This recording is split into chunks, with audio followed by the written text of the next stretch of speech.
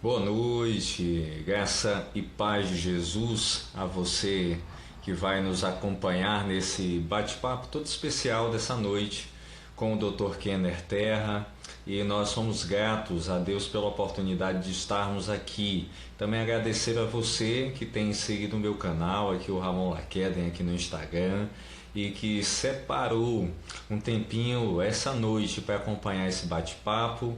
E eu espero em Deus que a gente possa crescer bastante, que nós possamos sair daqui edificados e entendedores um pouquinho mais sobre espiritualidade, principalmente espiritualidade em tempos de crise. Já já o Dr. Kenner estará entrando e nós iniciaremos esse bate-papo especial. Então, você que tem nos acompanhado essa semana, na quarta-feira tivemos uma live muito especial com o pastor Natan de Jesus, da Igreja Batista Morada Nova.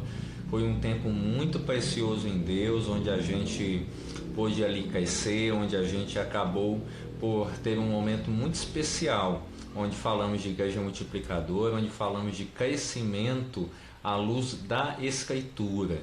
E também tivemos aí me substituindo o pastor Ramon Torres, onde ele teve uma live muito importante sobre discipulado e multiplicação com o pastor Jefferson Dantas, ali da PIB de Imperatriz, aqui no Maranhão. Então foi uma bênção, foi um momento de crescimento, e nós sabemos que Deus está no controle de absolutamente tudo. Então, esses tempos, essas lives que nós estamos fazendo nos vários canais que existem, são lives que elas têm aí a missão, o desafio de fazer com que nós compreendamos a verdade da Escritura. Então, já já o pastor Kenner estará conosco, só aguardando que ele entre aqui na nossa live para que nós possamos assim dar início.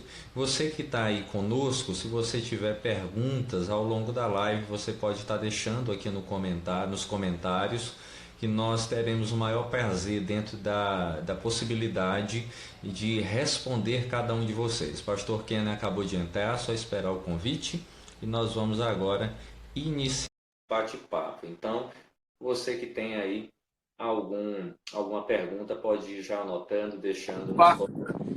boa noite, Boa pastor. noite. Graças a paz, pastor. Tudo bem? Graça e paz a todos que estão aí, a todos que estão nos acompanhando. É um prazer estar aqui. Amém. Você está falando Amém. aí de Manaus, né? Estou falando aqui de Quimon, no Maranhão, Ah, cidade Maranhão. vizinha, isso, cidade vizinha a Teresina, no Piauí. E o Oh, que Piauí, legal. isso, e o Piauí a gente sabe que é uma terra muito fria, né? Só, só calor, essa que é a realidade. Então, aqui do lado, na nossa cidade vizinha, Teresina, capital do Piauí, 35 graus é algo natural. Então, É. imagine como o clima é. E Timon também não é diferente.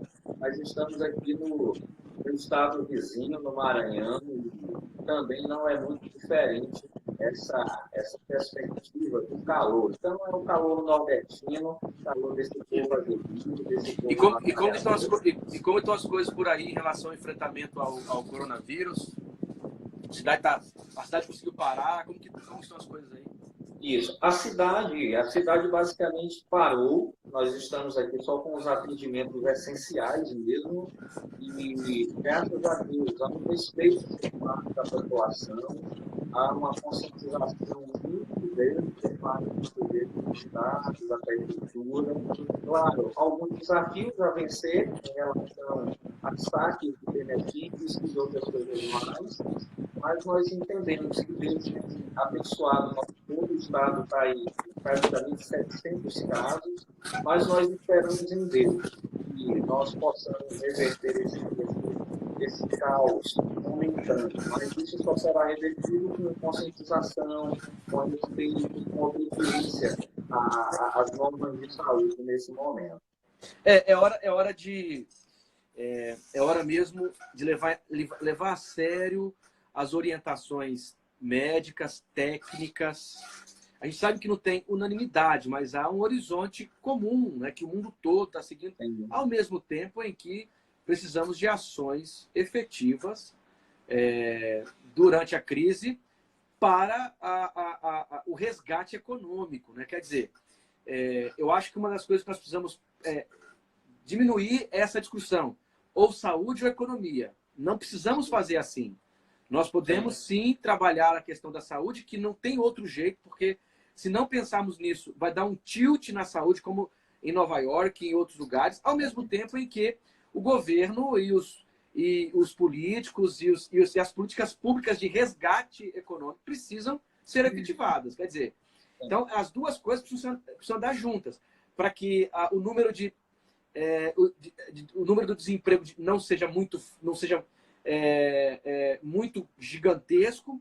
Então, não é simplesmente economia ou saúde, né? São as duas coisas aqui. Você não consegue ter uma boa economia se as pessoas estiverem morrendo. Ao mesmo tempo, as pessoas não podem se cuidar se não tiver uma economia que possibilite o mínimo para suportar esse período. E a igreja tem que entrar nisso com a solidariedade, com a conscientização e etc. Eu acho que não tem outro caminho. Exatamente. Eu tenho falado e tenho dito o seguinte, eu acho que há um desgaste no nosso país no quesito da discussão política, porque nós acabamos entrando, né, nessa discussão que é, de um lado, pessoas que caem no presidente e do outro lado, pessoas que caem na oposição. Eu acho que é momento da gente não mais discutir essa perspectiva de governo e de oposição, mas de todo mundo sentar à mesa e discutir o país, pensar no país. Eu acho que a disputa eleitoral ela tem o seu tempo, ela acontece, a oposição ela está aí mesmo para que ela faça o seu papel de averiguar a situação daquilo que o governo faz, de fazer as suas críticas com responsabilidade. E também o governo não pode também se ausentar do debate público e entender que todas as suas ações estão corretas. Então, acho que é nesse momento que a gente tem que sentar e trabalhar isso. E enquanto eu pensava justamente sobre isso, e quando eu propus o tema espiritualidade em tempo de crise, eu pensei em algumas coisas aqui que eu queria que você pudesse compartilhar conosco. Como é que você enxerga, basicamente, a espiritualidade na Bíblia à luz do Antigo e do Novo Testamento? Como é que você enxerga, como é que eles lidaram com as suas crises, com as suas dificuldades, tanto ali no Antigo Testamento, com toda aquela questão profética, como no Novo Testamento, com aquela igreja linda e maravilhosa que nós separamos ali, fazemos um recorte em Atos 2. Bom, espiritualidade na tradição bíblica, ela não tem a ver com misticismo desencarnado, primeira coisa. Sim. Espiritualidade não é a mesma coisa que... espiritualidade não está nesse dualismo, espírito e corpo. Então, a espiritualidade, por exemplo, na Bíblia hebraica, o conceito de humanidade na Bíblia hebraica é um conceito integral. O Ish na Bíblia hebraica é o ser soprado por Deus. Então, não há uma separação entre espiritual e humano, espiritual e carnal. As próprias festas judaicas demonstram isso. Quer dizer, a relação com Deus se dá na celebração, na alegria, na dança, no comer, no sorrir, né? Você vai num casamento judaico, você fica impressionado, porque é dança, é comida, é bebida. Quer dizer, as coisas mais espirituais da tradição judaica eram profundamente celebrativas, humanas e integrais. É tanto que na Bíblia hebraica não tem o conceito de alma. Sim. O corpo e a alma não são duas coisas separadas. O ser humano é um sopro vivente de Javé. É um ser humano integral. Então, quer dizer, na Bíblia hebraica, essa relação com o espiritual não é desencarnada. Não é? Você não separa corpo e espírito. O ser humano vive na vida a relação com Javé. A Torá, inclusive, ela representa uma prática na vida.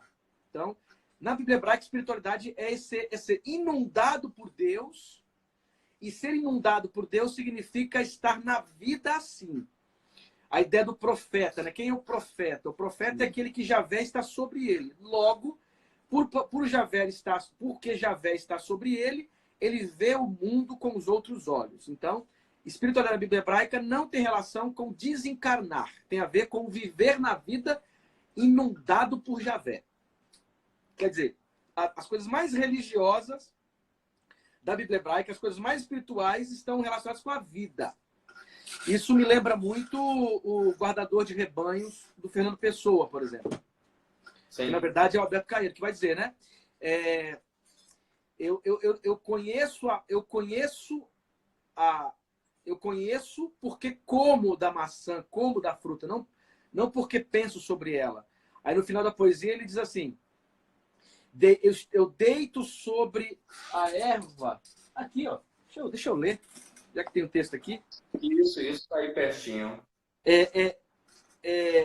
Eu deito sobre a erva, então se deito sobre a erva, sei a verdade e sou feliz. Quer dizer, é uma espiritualidade, é um viver não conceitual, simplesmente. É um viver que se dá, é um conhecimento que se dá na apropriação da vida, né? 65. Que esse texto do Fernando Pessoa é igual a Bíblia, tem versículos, capítulos.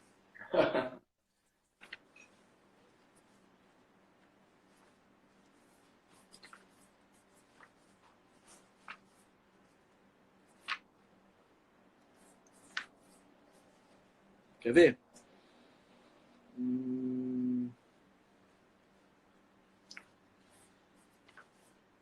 Metáfora no meio. Aqui. O cântico 9. Eu sou um guardador de rebanhos. O rebanho é os meus pensamentos. E os meus pensamentos são todos sensações. Penso com os olhos e com os ouvidos. E com as mãos e os pés. E com o nariz e a boca. Pensar uma flor é vê-la e cheirá-la. E comer um fruto é saber-lhe o sentido. Por isso, quando num dia de calor me sinto triste de gozá-lo tanto, e me deito no comprido na erva, e fecho os meus olhos quentes, sinto todo o meu corpo deitado na realidade. Sei a verdade e sou feliz. Quer dizer, penso com os olhos e com os ouvidos. Isso é bíblico.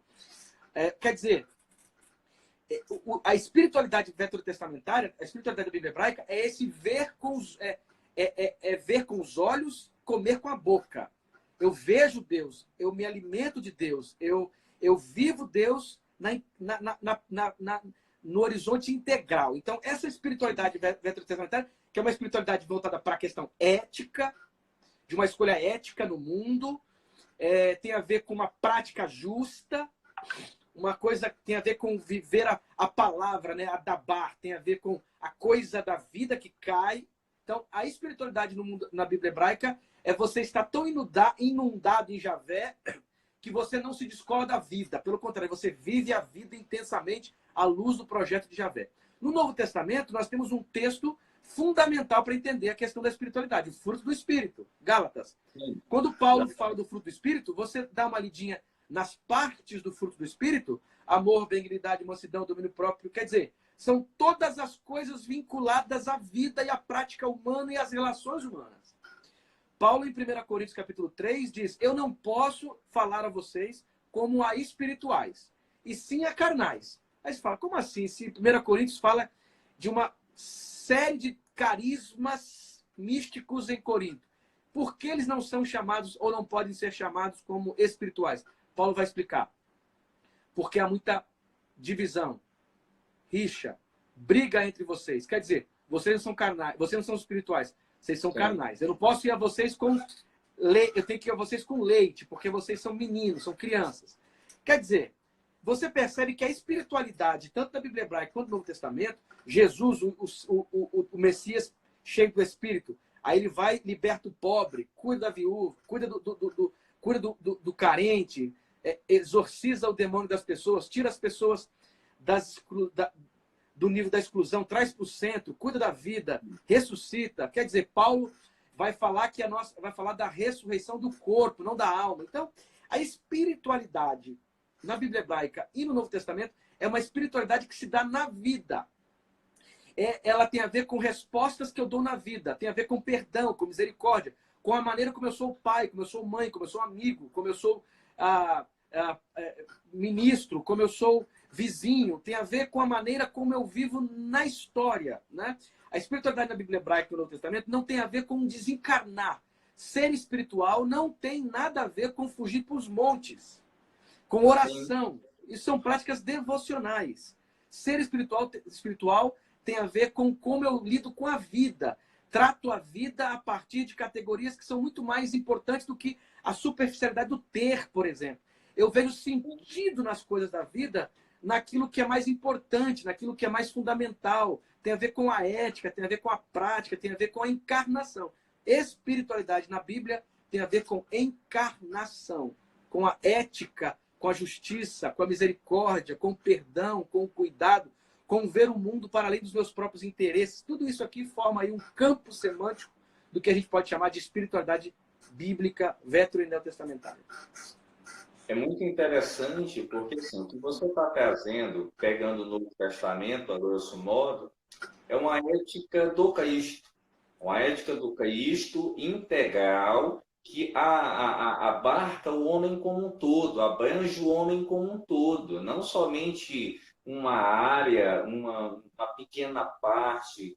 E o que nós enxergamos em contraste com isso é que nós temos nos distanciado dessa integralidade, dessa ética do Cristo nas nossas vidas.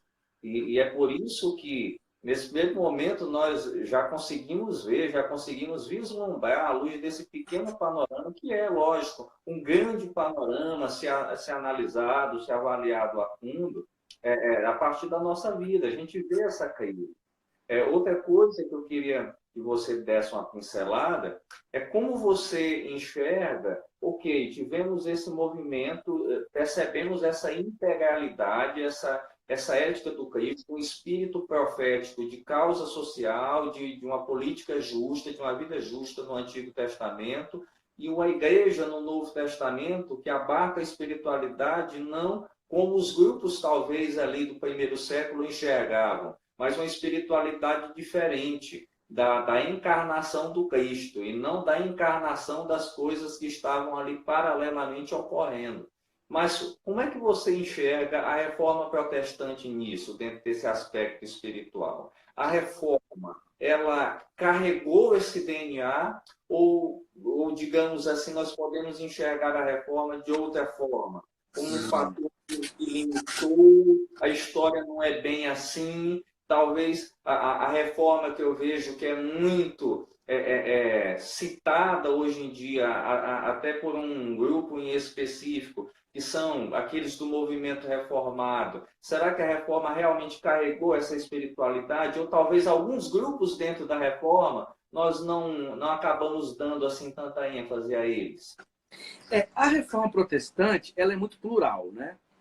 A gente tem que ler a reforma protestante a partir de pelo menos 2 ou 3 horizontes. Primeiro, como diriam os historiadores da história dos análises, né? Da história da longa duração, assim. A reforma protestante, ela é um ponto no iceberg, é uma ponta do iceberg. A reforma protestante, ela é a bruma do mar. Ela é um momento de uma série de movimentos que precedem e estão em torno da reforma. Segundo, a reforma protestante, ela é plural. Não há uma reforma, né? Você tem movimentos reformados. De um lado, você tem lá os luteranos, né? Os primeiros reformadores alemães.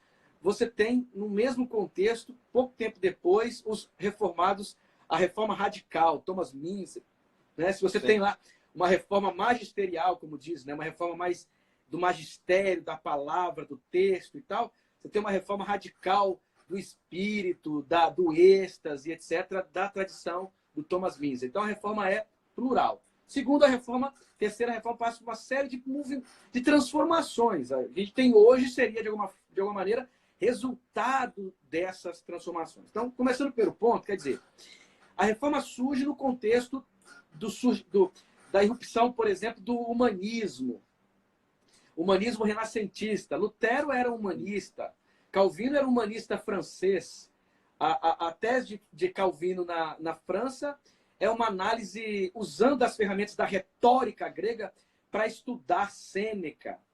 Quer dizer, Lutero ele tem uma preocupação com essa coisa original por conta daquela expressão humanista ad fontes, volta às fontes. Quer dizer, então a reforma é filha desse tempo. Ela é filha desse contexto de uma mudança de paradigma no Ocidente. E esse paradigma é o paradigma mesmo de rompimento. Assim, o projeto destes reformadores, como os que surgiram antes deles, é um tipo de volta à simplicidade do texto, especialmente. Se no mundo medieval havia a vulgata e o interesse de ler o texto para além do seu sentido literal, simples, a lógica do ad fontes humanista cria, na perspectiva dos reformados, uma tentativa de busca ao original. E, naturalmente, essa tendência de buscar o que é simples do Evangelho. Claro que isso, na prática, não é tão simples assim, porque depois esses mesmos modelos reformados vão se tornar burocratizados, escolásticos, institucionais. Mas no espírito da reforma está essa volta ao início, essa volta à simplicidade, essa volta ao grego, essa ad fontes, que, de certa maneira, representa, sim, uma posição profética. Tillich vai falar do princípio protestante, que tem a ver com criticar, protestar toda a instituição que se estabelece e que se torna autoritária e que se torna engessada e que impede a liberdade. O Tillich vai dizer que há um princípio protestante que seja isso. Há um cara chamado Michel Foucault, que ele escreveu um texto chamado A Crítica, que ele vai dizer o seguinte, que a fonte de todas as críticas é a crítica bíblica, que é o seguinte: o reformado pega o texto na mão, lê o texto e diz, opa, esse texto diz uma coisa e a igreja diz outra. Por conta do texto, da crítica bíblica, eu posso fazer uma crítica à instituição. Então ele vai dizer, Foucault vai dizer, logo essa capacidade de olhar um sistema estabelecido e criticá-lo a partir do texto bíblico, isso aqui é a fonte do pensamento crítico ocidental, das outras críticas que surgirão. Então, de alguma maneira, esse movimento protestante, por conta do contexto de onde ele surge, ele tem essa tendência profética, crítica, não é? De sempre desejar que o novo surja. Esse é um ponto. Segundo, esse movimento protestante, essa reforma é muito plural. Então, você tem protestantismos radicais, como a reforma radical, mas tem os protestantismos também magisteriais, que estão vinculados aos príncipes, ao Estado, ao poder, que de alguma maneira não tem tanta essa posição profundamente crítica, né? Então, assim, a reforma protestante, ela, de maneira ambígua, ela preserva, mas também se afasta. Ela visibiliza, mas acaba ocultando esse evangelho simples, profético de Jesus. E, posteriormente, essa reforma vai se transformar numa série de coisas. E aí, dentro dessa reforma, você encontra, hora e outra, gente que tenta resgatar essa lógica da igreja reformada sempre reformada, contra dogmatismos intolerantes. Quer dizer, movimentos que tentam buscar a simplicidade do evangelho. Essa tensão, instituição versus liberdade, volta à simplicidade versus a institucionalização. O ser humano é assim. O ser humano é ambíguo. Nós somos bons e às vezes somos maus, né? Nós somos libertários e por vezes oprimimos. Nós somos assim. Então a reforma ela vai reproduzir isso. Só que o espírito da reforma, se for pensar assim, então, é o espírito da pluralidade, é o espírito da liberdade, é o espírito da autonomia humana. É tanto que o Estado Democrático de Direito, de alguma maneira... Minha esposa acabou de entrar aí, tá vendo? Como a tecnologia faz. Ela está aqui no outro cômodo, mas está aqui com a gente também na nossa conversa. Quer dizer, ou seja, estamos aí monitorados. Estamos aí, ou pelo menos cuidados, né? Ou cuidados, né? Amparados, sendo assistido, né? Então, de alguma maneira, o movimento protestante ele é ambíguo. O meu movimento protestante vai falar da pluralidade, de desejar que haja outras expressões religiosas que não seja a única religião medieval e tal. Ele vai matar aqueles que não creem como a tradição protestante crê. Não é? Você tem a Inquisição protestante na Europa, né? Na Espanha. Os caras vão os anabatistas que são mortos porque pensam diferente. A Inquisição protestante que vai eliminar, né, quem não pensa como ela pensa. Então, a Reforma Protestante é ambígua, mas o espírito da Reforma Protestante, de alguma maneira, é democrático, né? É democrático, é plural. É tanto que quando nós falamos de Estado Democrático de Direito, direitos humanos, essas coisas todas têm uma relação profunda com a história do protestantismo. Por quê? Porque esse espírito protestante, próprio da modernidade e tal, da autonomia humana, do respeito ao indivíduo, da liberdade humana, quer dizer, isso tudo vai ajudar na fundação do Estado Democrático de Direito. De alguma forma, esse princípio protestante ele é libertador, plural. Agora, nem sempre o protestantismo preserva esse espírito, né? Esse princípio. Você encontra hoje aí gente que se diz evangélica, de alguma maneira ligada ao movimento protestante, que é contra a discussão sobre direitos humanos, é contra uma análise crítica de racismo, acha que isso é coisa de marxismo, etc. Quer dizer, isso é uma traição ao princípio protestante. Isso é uma traição ao movimento protestante. Quer dizer, evangélicos querem tomar o poder. Isso é uma traição à separação igreja-estado. Fica feliz quando alguém movimenta uma ação que, no fundo, é uma ação da religião evangélica e não das outras. Crê que eliminando as outras práticas religiosas, vamos estabelecer o Brasil evangélico. Quer dizer, todos esses projetos negam esse espírito protestante, que revela essa ambiguidade mesmo do protestantismo, que ora guarda e preserva seus princípios, que talvez podem ser ligados, sim, a esse interesse do Jesus simples lá, dos evangélicos, sim, mas hora e outra também bota toneladas de tradições, de invencionices humanas, interesses políticos, etc. O protestantismo, o mundo evangélico é ambíguo, como nós somos.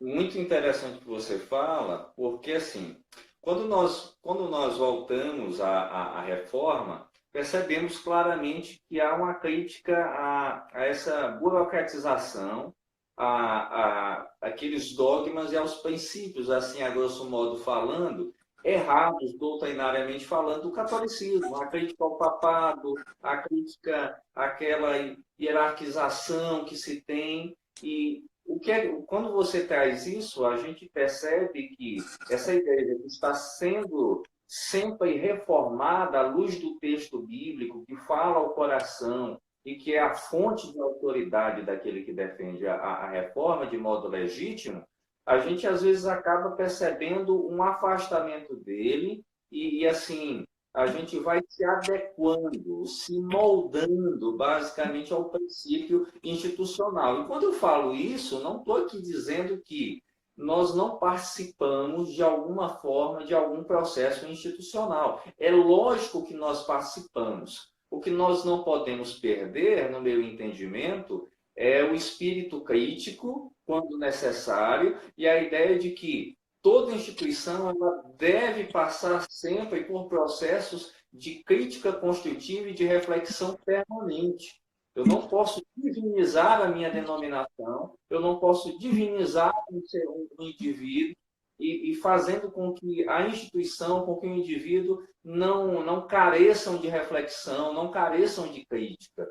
Assim como nós utilizamos a escritura, muitas vezes, para fazer a nossa crítica, a nossa avaliação, até mesmo como você citou, de grupos religiosos, se esquecendo que, dentro da forma plural que a reforma foi, ela deu a abrangência, a liberdade às pessoas. Ela não deu liberdade a um gueto, ela deu liberdade às pessoas, ela abriu horizontes. Mas é interessante, porque a reforma ela surge abrindo a possibilidade para um contradiscurso religioso, um outro caminho religioso, mas anos depois, pouco tempo depois, vai criar sua própria escolástica, né? Escolástica protestante, vai criar os seus dogmas, as suas declarações de fé que deixarão de ser propostas, propostas transitórias sobre a fé para se tornarem estatutos da verdade. Quer dizer,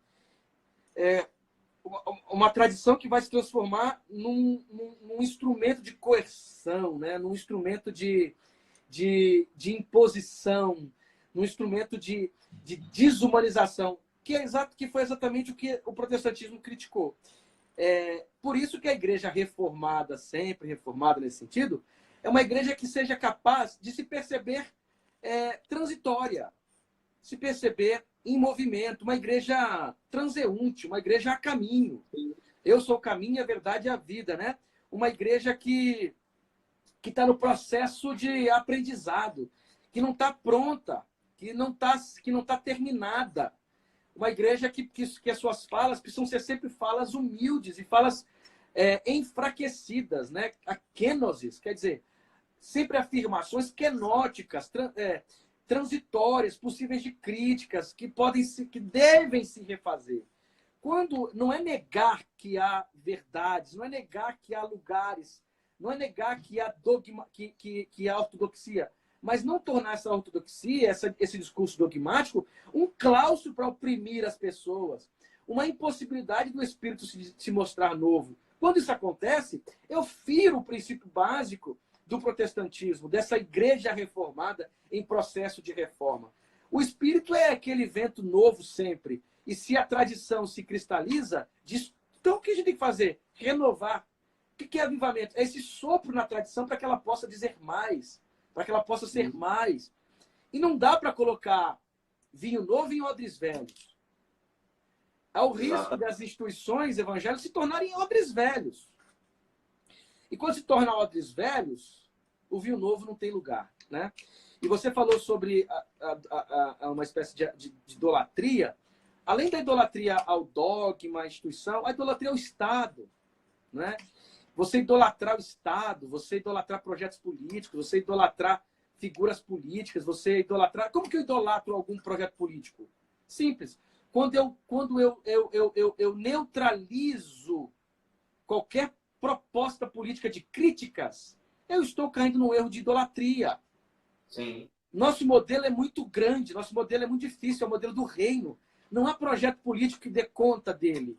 Quando eu começo a achar que algum projeto político ele está beirando a uma proposta que não pode ser criticada, quando eu me irrito, fico mal, arrumo conflito, brigo, separo, porque alguém está fazendo uma análise de algum projeto de Estado, se isso está acontecendo comigo, eu tenho que olhar com calma para o meu coração, porque eu estou caindo numa idolatria do Estado. Sim. De esquerda, de direita, de centro, do que for. Quer dizer, hoje nós corremos um risco, sabe, Pastor Ramon? Nós caímos no risco de colocar no lugar do Messias, né? Do Messias filho de Deus, do Messias filho do homem, outras imagens, outras figuras. O brasileiro tem um mau costume disso, o brasileiro tem uma síndrome messiânica, sabe?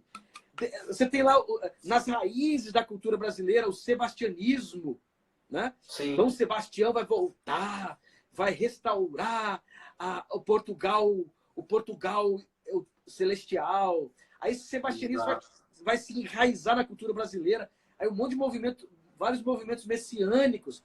Aí vem o Messias populista daqui, Messias populista de lá. E aí nós vamos rendendo a alma para esse negócio, perdendo a alma nesse mesmo processo, sabe? A gente vai brigando com todo mundo, protegendo um ídolo. Quer dizer, então ídolo esse que a gente tem que pontuar, até aqueles que nos assistem, seja do espectro político da esquerda ou da direita, ele jamais vai se assemelhar ao rei a qual nós professamos, ao reino a qual nós pregamos, né? Exato. O nosso padrão é muito alto para que a gente o encarne completamente em qualquer projeto político. O nosso padrão é muito alto para que a gente encarne em qualquer projeto transitório político. O padrão do reino de Deus é uma régua muito difícil. Então, quando a gente confunde qualquer projeto político com o reino e qualquer pessoa com o Messias, nós estamos na beira do abismo da idolatria. Exatamente, exatamente. Outra coisa que eu coloquei aqui é que nós temos também uma espiritualidade que eu chamo de espiritualidade pós-moderna. Eu creio que nós acabamos, de certa forma, de pontuar isso, apesar de que esses processos de idolatria não são processos, como eu cito, novos, são processos já antigos. Cada geração criou seus próprios ídolos, fez as suas trocas no tocante a trocar o reino, a trocar o seu rei por outros tipos de rei, por outros tipos de reino. Eu acho que isso está claro.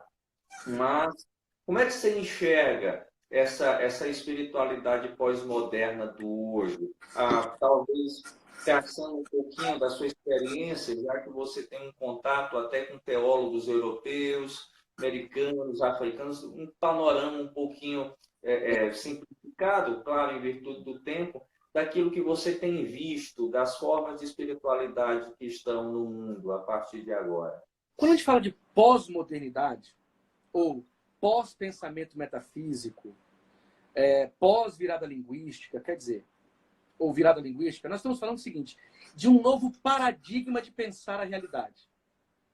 Se você tem a modernidade racionalista, cientificista e iluminista, ela vai pensar o mundo, pensar a realidade a partir disso. Sim.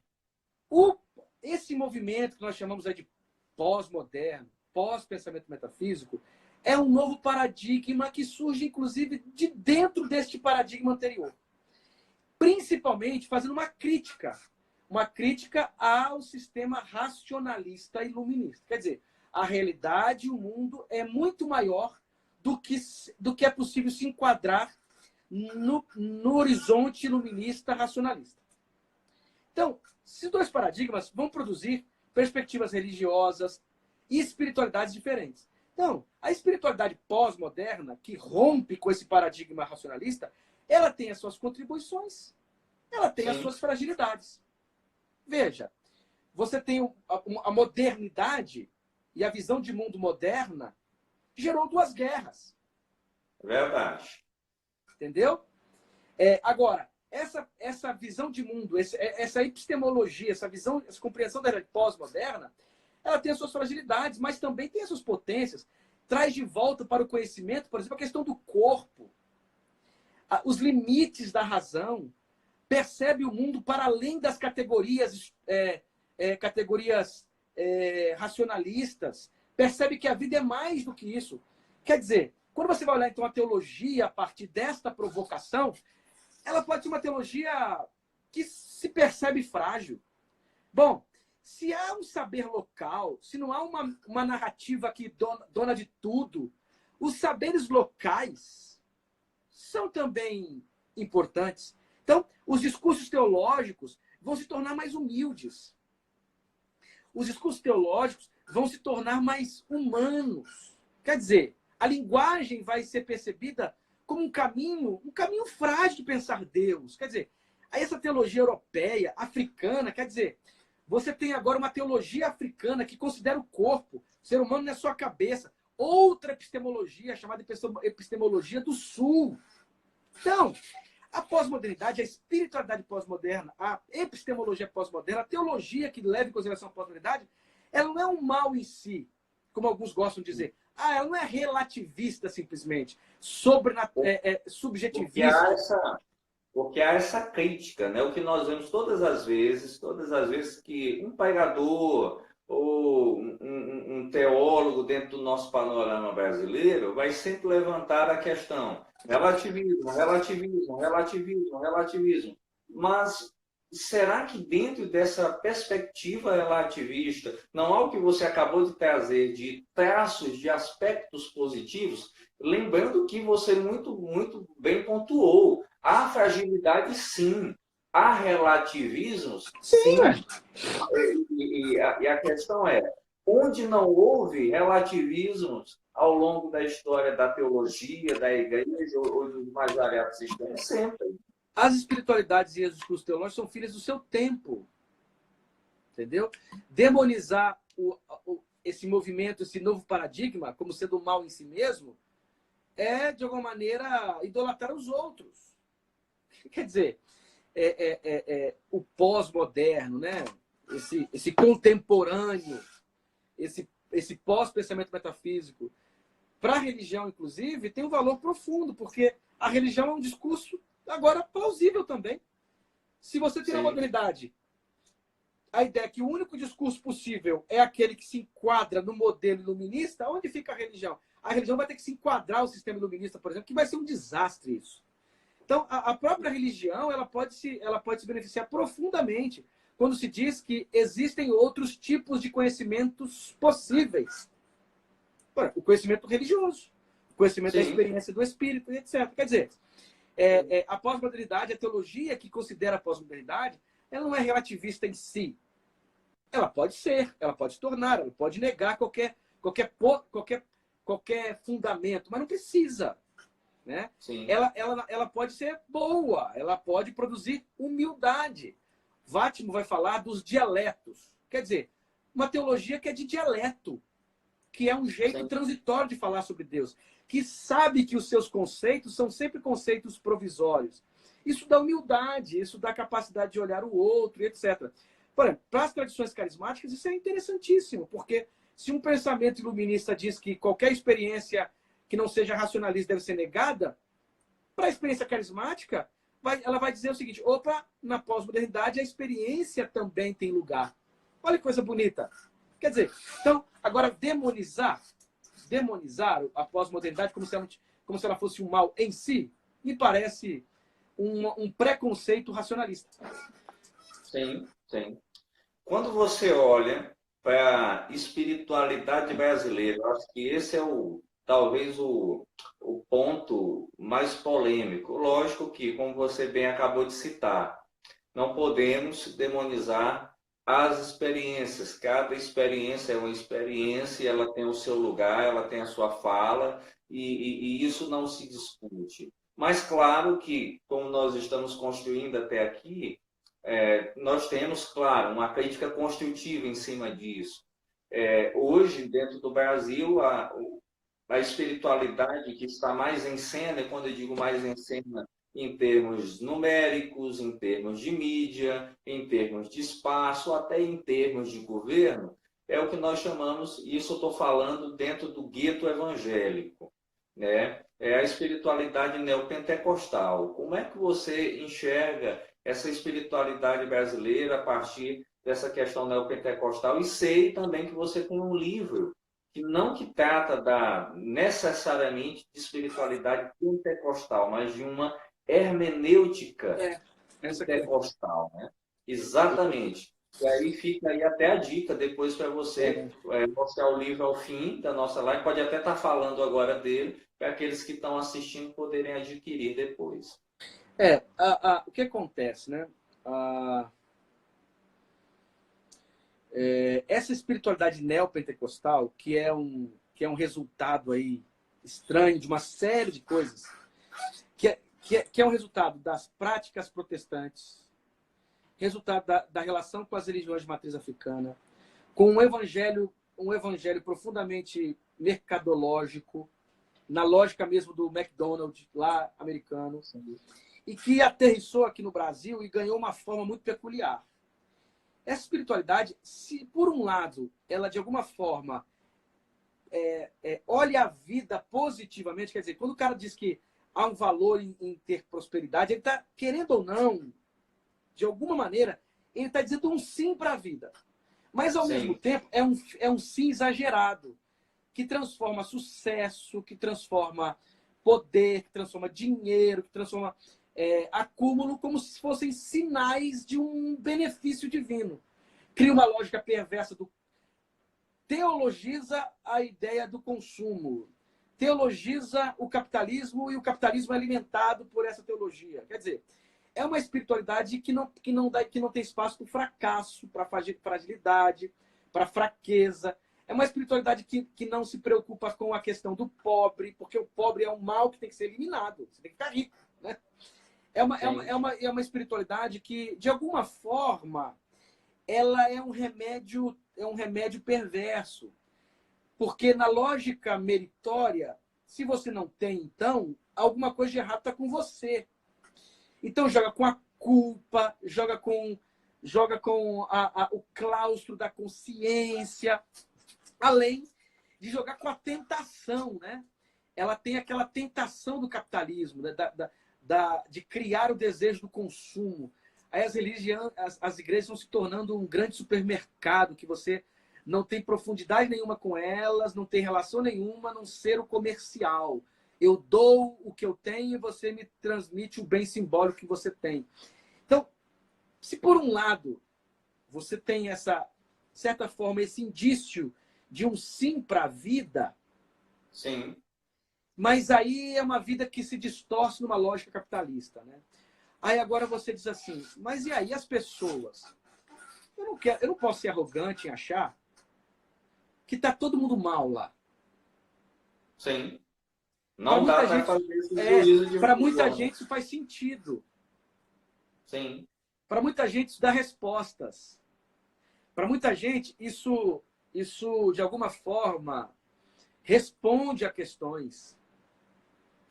Eu sou cientista da religião, fiz ciência da religião, fiz teologia, quer dizer, há uma tendência na gente muito arrogante de olhar para aquela pessoa que pega um copo na TV e bebe como se ela estivesse numa loucura profundamente alienante. Só que a gente não considera que ela tem experiências pessoais com aquilo. Eu não estou dizendo que é legítimo, eu estou dizendo que eu não posso ser.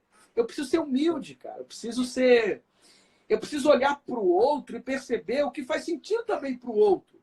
Aí o problema não é isso. O problema é que eles não querem sentar, talvez, para conversar e ver o outro lado. A intolerância é pior do que a inocência. A fé inocente, ela cria sentido. De forma transitória, pode ser depois decepcionante, eu sei. Mas pior do que isso é a intolerância, a incapacidade de ver a beleza do outro, por mais estranho que me pareça. Essa lógica de olhar para o neopentecostalismo também e tratá-lo como se fosse uma porcaria e o meu melhor, isso é meio colonialista também. Isso é arrogância protestante também. Porque nós temos uma série de loucuras aqui também, gente. Sim. Gente, nós somos batistas, não somos? É possível que você chegue numa igreja batista e encontre lá famílias que sejam donas da igreja. E adoeçam mais do que um copo ou uma expectativa de ficar rico que essa igreja promete. Exatamente. Eu sou pastor, você também é. Quantos pastores doentes? Quanta gente na igreja doente, precisando de psiquiatra? Não que psiquiatra seja uma coisa ruim, mas estou dizendo que adoeceu na igreja batista. Por conta dessa institucionalização doentia. Famílias donas da igreja. Ué, aí eu quero falar de neopentecostal? Então, assim, eu estou querendo problematizar um pouquinho essa coisa de a gente olhar de cima. Eu não estou legitimando isso. Eu estou falando assim, que tem o seu lugar também. E eu preciso ouvir. Não é? Eu preciso ouvir. E, de alguma forma, eu faço as minhas críticas. Nesse dia, eu sou muito ecumênico. Eu sei de onde eu vim, eu sei quem eu sou pastor batista, com traços pentecostais, sou cristão, quer dizer, não sou da Universal, não sou da Céu da Nossa Terra, não sou das igrejas pentecostais, mas eu quero sentar com eles para a gente pensar a cidade juntos. Lógico. Eu quero sentar com eles para conversar. Nós temos aqui o Fórum Evangelho e Justiça. Eu quero que eles estejam aqui conversando com a gente. Se eles estiverem dispostos a ouvir, e nós também dispostos a ouvir, a gente pode sentar, pode pensar se dá ou não. Então, se de um lado tem todos esses riscos que eu aqui citei, que eu critico, que eu percebo, que eu não olho de maneira romântica, por outro, eu preciso olhar para mim também, a minha tradição, né? Interessante. Fui participar de um evento lá em São Paulo, no espaço do Clame. Aí lá estava o padre, que eu admiro muito, que trabalha com moradores de rua, lá em São Paulo, padre Lancelotti. Tá sempre aparecendo na TV, fantástico e tal. Sim. E aí a ideia era cada um falar um pouco da sua perspectiva. E ele falando da teologia da libertação, logicamente, tal, pá, pá, pá, pá. Eu fui e falei um pouco da teologia protestante e citei os pentecostais como uma experiência do Espírito, que pode promover profecia, pode promover transformação social, etc. Ele falou assim, não. Porque os protestantes, os pentecostais só sabem excluir, são homofóbicos, legitimam racismo e tal. Aí eu perguntei assim, vem cá, quantas sacerdotisas vocês têm na Igreja Católica? Sim. Quantas bispas? Entende? Quer dizer, você percebe a coisa? Ele está de lá falando da nossa opressão aqui, mas ele não consegue olhar para si. Então, quer dizer, lógico que nós temos lógico que o mundo protestante tem uma série de problemas, gente. Lógico que o neopentecostalismo tem muita coisa a ser criticada. Mas, ao mesmo tempo, eu preciso entender que o meu olhar tem que ser um olhar horizontal, né? Eles têm coisas a corrigir, nós também. Exatamente. Que é o que falta dentro da nossa tradição. E aí, nós aqui trouxemos um problema que é muito comum dentro do segmento batista tradicional, dessa falta de reflexão e, às vezes, a gente... É porque é muito fácil. Quem está no palco, está com os holofotes sobre si, fica mais fácil da gente exercer a crítica. Porque, afinal, essas pessoas estão distantes. Muitos estão distantes. Agora, os donos, os que às vezes têm um pensamento de posse dentro do nosso meio, sentam na cadeira ao lado, sentam na poltrona ao lado, convivem com a gente, e nós às vezes não temos a coragem de sentar e trazer uma reflexão. E outra coisa interessante é que pecado existe em eu sentar com outros grupos religiosos da minha cidade para fazer o bem? Estamos no meio de uma pandemia. Estamos no meio de uma situação em que o povo quer ver a igreja unida, quer ver os segmentos religiosos trabalhando em prol do bem comum. Quer dizer que nesse momento nós deixaríamos de sentar numa roda para traçar projetos em comum? Exato. Aí, não fazer isso que seria o pecado. Exatamente, exatamente. E aí é que entra espiritualidade, e o nosso tempo já está quase correndo. Eu preciso até falar uma coisa aqui. É que acabando, 9 horas eu tenho uma outra live com o pastor, o meu amigo pastor Oséias, da Igreja Batista Morada de Camburi. Então, assim, vocês me desculpem, porque deu 9 horas, provavelmente vai cair, eu vou ter que ir para essa outra live. Se você quiser acompanhar lá também, lá no Instagram do pastor Oséias, ou no meu Instagram, Kenner Terra, vai estar os dois funcionando. Exatamente. E eu creio, pastor Kenner, que a espiritualidade que nós esperamos pós essa pandemia é a espiritualidade do bem comum. Exato. É a espiritualidade do amor, do entendimento que cada denominação tem suas lutas, tem suas problemáticas, mas o diálogo sincero, a conversa franca, o olhar caridoso, ele é superior. A solidariedade, né? Exatamente, o olhar solidário. E eu tenho visto e vejo algo muito importante, é que, por exemplo, no nosso meio batista tem surgido um movimento, não sei se você conhece, de igreja multiplicadora. E esse movimento tem muita gente boa, como outros movimentos que têm surgido. E a minha oração é que a nossa denominação caia sem graça, caia sem amor, que os pentecostais, a Assembleia de Deus, até aqueles que a gente não conhece o grupo religioso, que os neopentecostais, que os reformados, todos nós, saiamos com esse pensamento de não criticar somente a teologia do outro, mas de sentar e perceber as coisas na ética do Cristo, que você trouxe no início dessa conversa.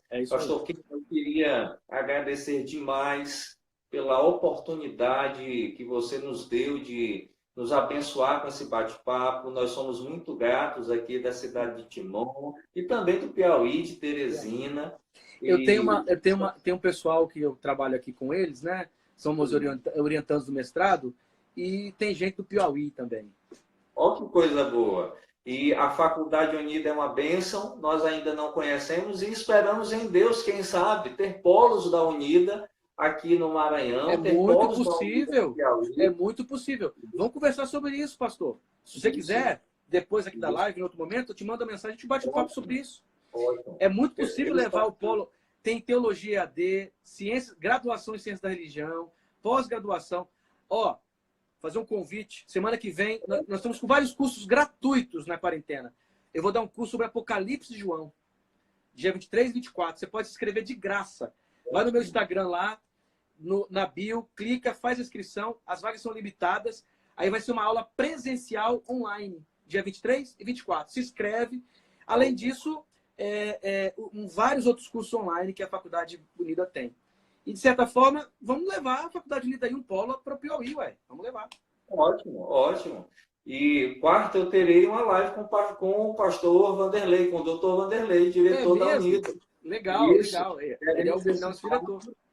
Isso. E também tenho colocado diante de Deus, estou com um projeto que se chama Conversas Teológicas. Nós vamos iniciar esse canal aqui no Instagram, mas nós vamos iniciar isso também, se Deus permitir, logo após a pandemia, presencialmente. E já, pastor, fica o convite para que a gente abra. O Conversas Teológicas não vai se restringir apenas a um gueto religioso como o nosso movimento evangélico, mas dialogar com todos os segmentos. E a gente quer trazer isso aqui para o Nordeste, para o Maranhão, para o Piauí, e a gente gostaria muito de contar com a sua ajuda nesses polos, nesses encontros de debate. Então, já estou agendado. Pode. Já estamos agendados. Vou marcando, eu estarei com o maior prazer. Amém. Que Deus te abençoe. Obrigado. Um abraço. Valeu, gente. Obrigado a todos aí. Um beijão. Deus abençoe a vocês todos. Valeu. Tchau, tchau. Obrigado, pessoal. Deus abençoe.